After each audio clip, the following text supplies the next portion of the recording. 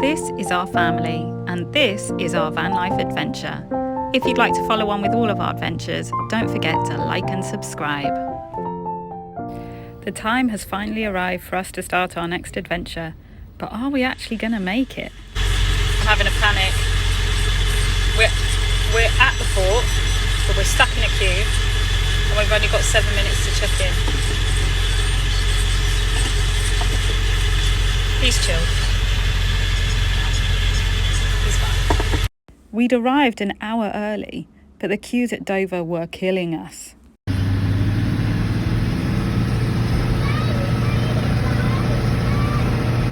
We quite literally drove through check-in, straight onto the ferry, and the ferry left within minutes. But by some miracle, we actually did it! We're travelling Irish ferries, so after boarding we deposited the kids in the soft play area, said goodbye to the beautiful white cliffs of Dover, and I decided to have a little wander around the duty free. It's stocked with all the usual stuff, the drinks, the chocolates, the makeup, the random bits of jewellery. Do people buy that?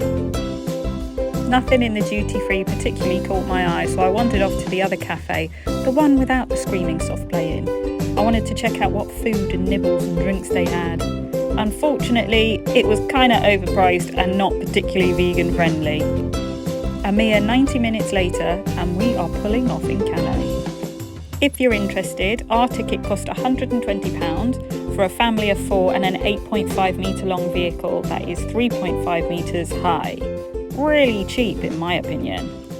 We find a motorhome air nearby, but unfortunately after settling down and trying to have some dinner, we get a knock on the door. Hi guys, so I'm just whispering because the kids are trying to go to sleep, but we have just arrived in France. We have crossed over to France today, and what we did when we got off the ferry, because we got off the ferry fairly late in the evening, was just drive straight to a motorhome air, which is just like a designated motorhome area.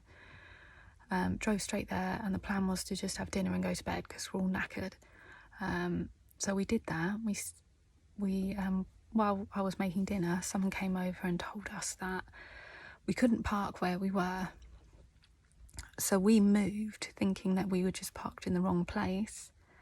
And then after we had dinner and sort of settled down and watched a film and were just chilling, it was a couple of hours later, this guy came back and said it wasn't just that we were parked in the wrong place. I thought because it was kind of next to like a supermarket that we were parked too close to the supermarket. He said, no, you actually can't park here at all. You need to leave or someone's going to come and move you. So quite late in the evening, it's not ideal. We've had to kind of bundle the boys back into their seats, and we've had to drive another 20 minutes down the road. What it does mean is that we haven't stopped in France at all. We've had to drive straight into Belgium, which is fine, obviously, but we literally just parked in like a car park tonight. Whereas we were parked somewhere near a supermarket, and I was hoping we were going to be able to get like fresh croissants in the morning, and because it's Belgium and it's France, you know, and they do the best croissants and all that sort of thing. But that's kind of gone out the window. So now we're not doing any time in France, and we've just headed straight over to Belgium. So that's okay. Belgium do good chocolate, right? But yeah, so it just means we're all really tired. We're all going to bed a bit late, and there's not going to be any Vanlife France this time.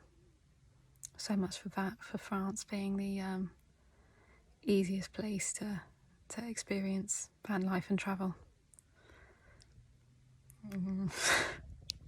Straight after breakfast, we left our basic car park and moved to a motorhome air and experienced our first taste of Belgian hospitality. We were also quick to find a forest and an awesome playground, and the kids couldn't wait to get out and stretch their legs.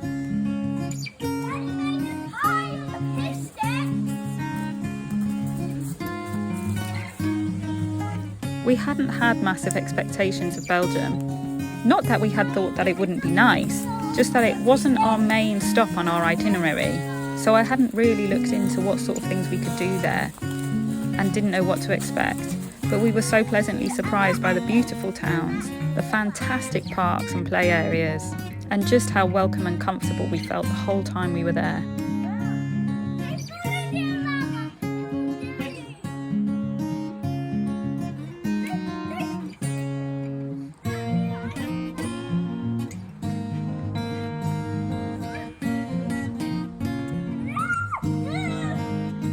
There was still one minor headache to contend with, just a hiccup. So, if you were following our original journey to Spain, you'll know that we had some problems with our LPG because we didn't have the right LPG adapter.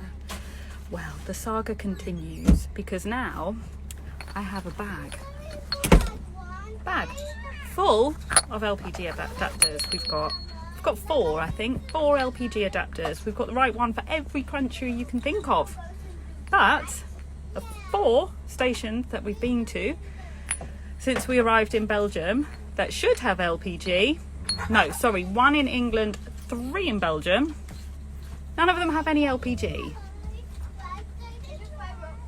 Help. Even if I'm stressed, these 2 are having the time of their life. What did you think before we moved in? Were you happy or were you worried? Were these in the freezer section? Middle. Both. You were a bit happy and worried. And now that we're in the van, what do you think? I'm only just not worried that much. And how much happy are you? This much. Yeah. So after my little rant and moan and whinge about LPG, turns out the only problem was that it was a Sunday and they were all waiting for a delivery on a Monday. So... oops. We did find LPG, and after a couple of hiccups, we were also lucky enough to find possibly my favourite motorhome park-up ever. There was electric available, water available, and a 72-hour max time limit to be there. We stayed 48 hours, but I'm hoping we can come back on the way back home.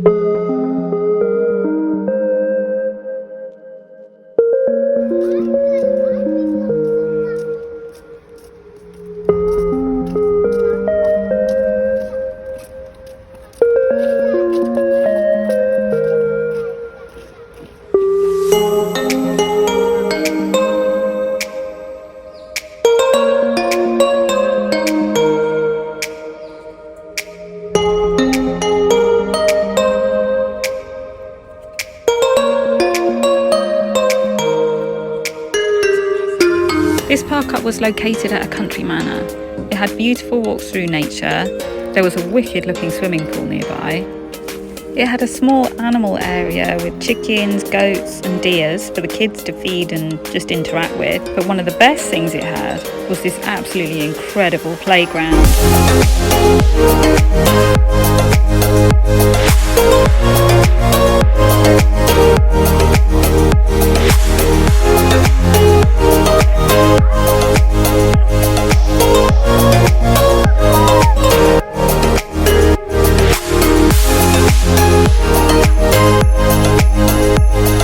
It was raining on and off constantly the entire time we were there, but we didn't care. We had such a blast.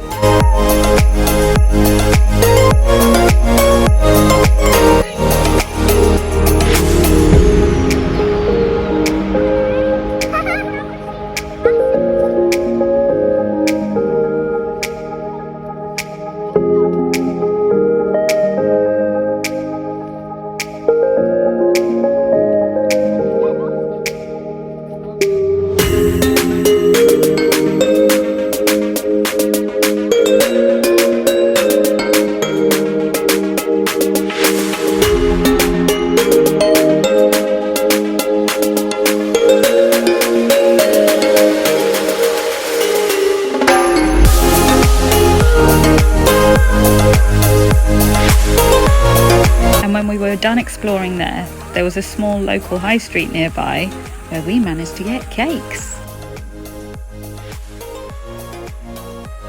On our final morning there, we just wanted to make the most of the outside space while we had it. Perry was desperate to tidy up, and I think he just needed some space. So me and the boys went off and had one final explore around the nature that was near the van. I've been picking them and giving them to you guys. There's blackberries. I want that one. Which one? Oh wait, you're not gonna be able Show me what you've got in your cup. that. Yummy. Oh, the big one. The big one. Got it. Ooh, this one. Have you got it? Oh, I got it. Oh, you got it. Well done. Can you spot it? I promise you there's something there. Little did I know what sort of infatuation this was going to start. Don't touch him, you'll scare him. No, I know, I'm trying to make it jump.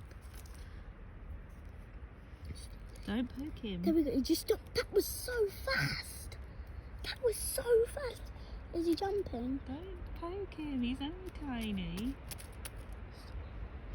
I can see him a bit better again. Unfortunately, we've got places to be and a limited time limit to be there. So we're on the road and leaving Belgium. We're heading straight for Germany. Thank you for watching our video. Don't forget to like and subscribe. Goodbye.